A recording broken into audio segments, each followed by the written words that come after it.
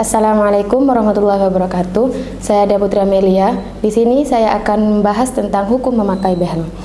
Kawat gigi atau behel adalah salah satu alat yang digunakan untuk mendapatkan susunan gigi yang ideal. Kawat gigi bekerja dengan cara memberikan tekanan ke gigi untuk secara perlahan menggerakkan gigi ke posisi idealnya. Menurut cara penggunaannya, kawat gigi dibagi menjadi dua jenis. Jenis permanen yang tidak bisa dilepas pasang atau jenis lepasan yang bisa dilepas pasang. Kawat gigi digunakan untuk memperbaiki penampilan gigi yang tidak rata atau posisi rahang yang tidak benar. Jika kamu memutuskan untuk menggunakan kawat gigi, ketahui dulu jenis proses pemasangan dan resikonya. Ada beberapa jenis kawat gigi yang digunakan sesuai kebutuhan. Berikut ini adalah beberapa jenis kawat gigi yang umum digunakan. Yang pertama, kawat gigi permanen. Yang kedua, kawat gigi lepas pasang. Yang ketiga, kawat gigi fungsional. Yang keempat, kawat gigi tembus pandang. Selanjutnya, kelebihan dan kekurangan. Adapun kelebihannya yaitu melindungi gigi, meningkatkan kesehatan gigi, terlihat lebih rapi.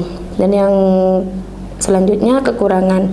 Adapun beberapa kekurangannya yaitu mengalami cedera, rasa tidak nyaman, kerapian gigi tidak permanen, menyelesaikan masalah makan.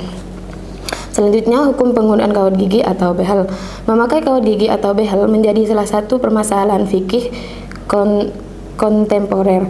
Banyak orang Islam yang menanyakan tentang bagaimana hukum memakainya, karena memakai kawat gigi ini juga menjadi suatu gaya yang populer di kalangan para remaja.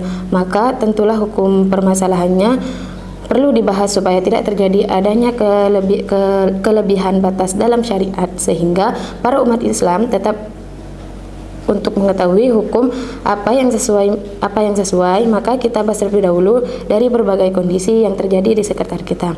Kondisi pertama, jika seorang mempunyai gigi atas yang letaknya agak ke depan atau gigi moncong yang kadang sampai tingkat tidak wajar sehingga mukanya menyeramkan, maka hal itu dikategorikan gigi yang cacat. Oleh karena itu, boleh diobati dengan cara apapun, termasuk menggunakan kawat behel agar giginya menjadi rata kembali. Untuk selanjutnya, dari pembahasan di atas dapat kita golongkan hukum memakai kawat gigi terbagi menjadi dua hukum sesuai dengan keadaan pemakaiannya. Yang pertama, mubah atau dibolehkan. Jika seorang mempunyai gigi atas yang letaknya agak ke depan atau menurut istilah orang Jawa gigi moncong atau gigi merongos yang kadang sampai tingkat tidak wajar sehingga mukanya menyeramkan, maka hal ini dikategorikan gigi yang cacat. Oleh karena itu, diobati dengan cara apapun termasuk menggunakan kawat behel agar giginya menjadi rata. Berdasarkan sabda Rasulullah Sallallahu Alaihi Wasallam yang berarti, wahai sekalian hamba Allah, berobatlah, sesungguhnya Allah tidak menciptakan suatu penyakit melainkan menciptakan juga obat untuk kecuali suatu penyakit. Mereka bertanya, penyakit apakah itu wahai Rasulullah? Beliau menjawab, yaitu penyakit tua atau pikun. Hadis riwayat Abu Daud, Tirmizi, Ibnu Majah dan Ahmad Tirmizi. Syekh Shalih Al-Fauzan pernah ditanya tentang hukum meratakan gigi. Beliau menjawab, jika ada kebutuhan untuk meratakan gigi, semisal susunan gigi nampak jelek sehingga perlu diratakan, maka hukumnya tidak mengapa. Jadi, mengotak-ngatik gigi dengan tujuan pengobatan, menghilangkan penampilan gigi yang jelek, atau ada kebutuhan yang lain, semisal seorang itu tidak bisa makan dengan baik, kecuali jika susunan gigi diperbaiki dan ditata ulang, maka hal tersebut hukumnya tidak apa-apa. Yang kedua, haram atau tidak diperbolehkan. Jika gigi seorang kurang teratur tapi masih dalam batas yang wajar, tidak menakutkan orang, dan bukan suatu cacat atau suatu yang tidak memalukan, serta pemakaian kawat behel dalam hal ini hanya sekedar untuk keindahan saja, maka hukum pemakaian kawat behel tersebut tidak boleh, karena termasuk dalam kategori merubah ciptaan Allah Subhanahu wa taala.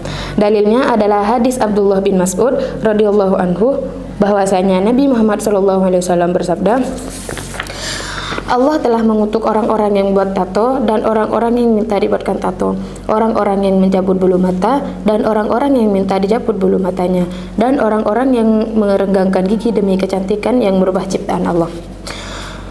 Di dalam hadis di atas diterangkan bahwa Allah Subhanahu wa taala melaknat orang yang merubah gigi dengan tujuan agar giginya lebih indah, dan lebih cantik. Imam Nawawi berkata menerangkan dalam hadis di atas adalah mengikir antara gigi-gigi geraham dan depan. Renggang antara gigi ini memang terlihat pada gigi-gigi anak perempuan yang masih kecil. Makanya, jika seorang sudah mulai berumur dan menjadi tua, dia meringkis giginya agar kelihatan lebih indah dan lebih muda. Perempuan itu haram untuk dilakukan. Kesimpulannya, agama Islam sangat menjaga dan mengatur mengenai menjaga keselamatan dan kesehatan baik jasmani ataupun rohani manusia. Pemasangan kawat gigi diperbolehkan ketika membawa masalah ataupun kebaikan kepada orang yang melakukan, baik itu dari segi kewajiban atau jasmani. Jika pemasangan kawat gigi lebih dikarenakan ada gangguan atau kekurangan atau ketidaksempurnaan yang memang perlu melakukan pemerataan pada gigi, maka hukumnya boleh. Tetapi jika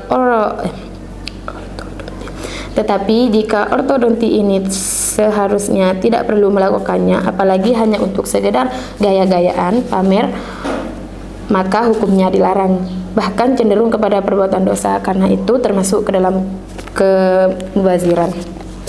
Mungkin cukup sekian. Wassalamualaikum warahmatullahi wabarakatuh.